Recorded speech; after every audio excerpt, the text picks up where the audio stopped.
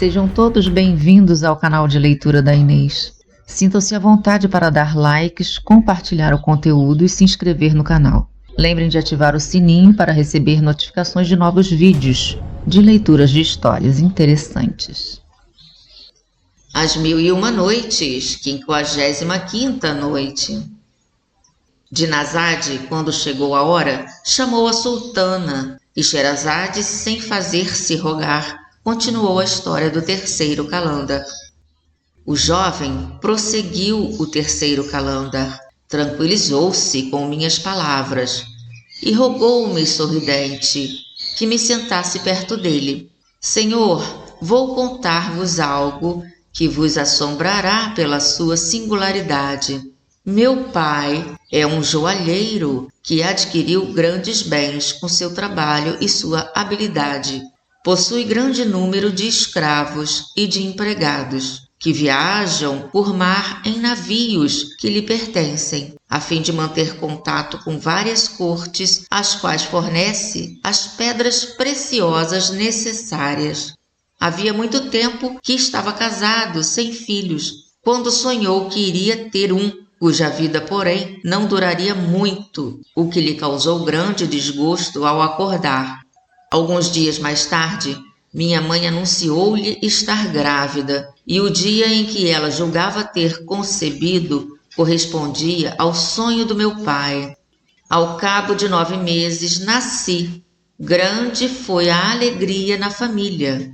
Meu pai, que tinha observado exatamente o instante do meu nascimento, consultou astrólogos que lhe disseram: vosso filho viverá sem acidentes até os 15 anos. Correrá então um grande perigo de vida e será difícil que escape. Se, contudo, quiser a sua sorte que ele não morra, terá a vida longuíssima. Naquela ocasião, acrescentaram a estátua de bronze que fica em cima da montanha de Hima será derrubada pelo príncipe Agib, filho do rei Cassib, e os astros mostram que 50 dias depois vosso filho deverá morrer pelas mãos desse príncipe. Como tal predição se condizia com a de meu pai, ele ficou fortemente impressionado e aflito. Não deixou, contudo, de cuidar bastante bem da minha educação até este ano, o 15º da minha idade. Soube ontem que há dias foi o cavaleiro de bronze lançado ao mar pelo príncipe que acabo de vos nomear.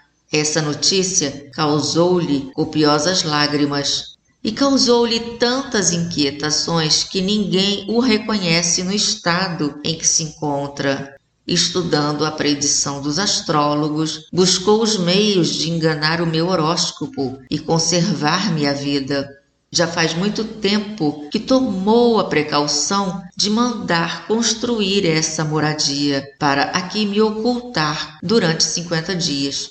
Quando soubesse que a estátua fora derrubada, eis porque me estou aqui, prometendo vir buscar-me ao cabo de 40 dias. Quanto a mim, tenho esperanças e não creio que o príncipe Agib venha procurar-me debaixo da terra, no meio de uma ilha deserta. É tudo quanto tinha que vos dizer, Senhor.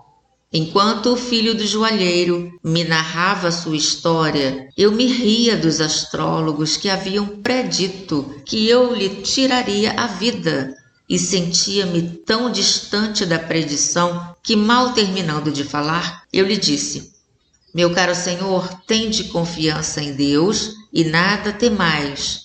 Supondo que tinhais uma dívida para pagar e que desde já a pagastes. Após ter naufragado, sinto-me contentíssimo por me encontrar aqui, a fim de vos defender contra os que pretenderem atentar contra a vossa vida.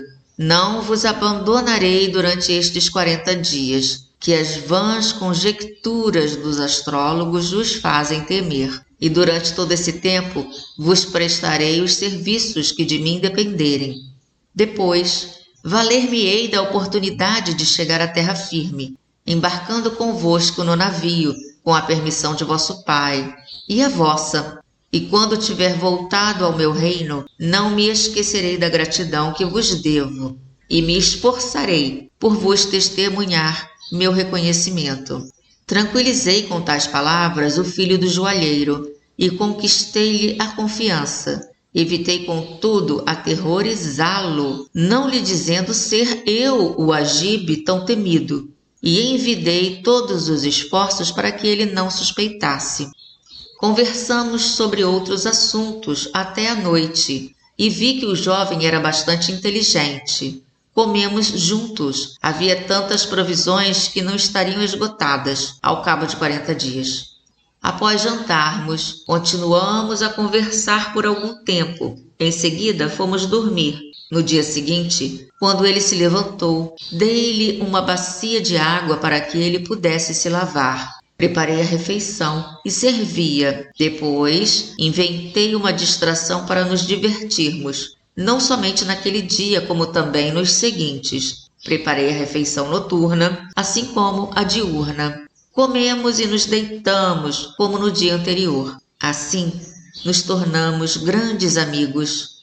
Percebi que o jovem tinha afeição por mim. Da minha parte, era tão forte a minha afeição por ele que eu vivia repetindo para mim mesmo que os astrólogos que haviam predito ao pai que o filho seria morto pelas minhas mãos não passavam de impostores e que seria impossível eu cometer tal ato. Enfim, senhora, vivemos 39 dias do modo mais agradável do mundo naquele subterrâneo.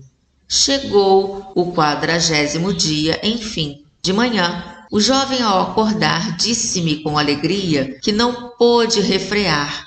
Príncipe, chegamos ao 40º dia e eu não estou morto, graças a Deus e à vossa excelente companhia.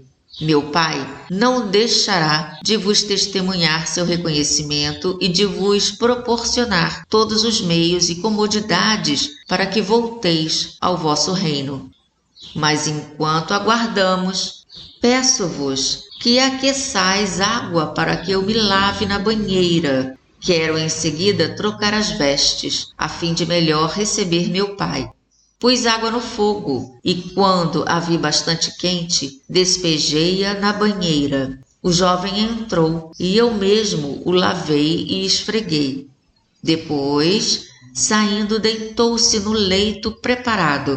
Cobri-o bem. Após ter dormido algum tempo, disse-me: Senhor, trazei-me, por favor, um melão e um pouco de açúcar para que eu me refaça. Escolhi o melhor dos melões que nos restavam e coloquei-o num prato. Mas como não encontrava a faca para o cortar, perguntei ao jovem onde a guardava. Há uma, respondeu-me, sobre uma cornija, por cima da minha cabeça. Achei-a, mas precipitei-me de tal forma para pegá-la, e no instante em que a empunhava, o meu pé se prendeu de tal jeito na coberta que escorreguei e caí sobre o jovem, enterrando-lhe a faca no coração.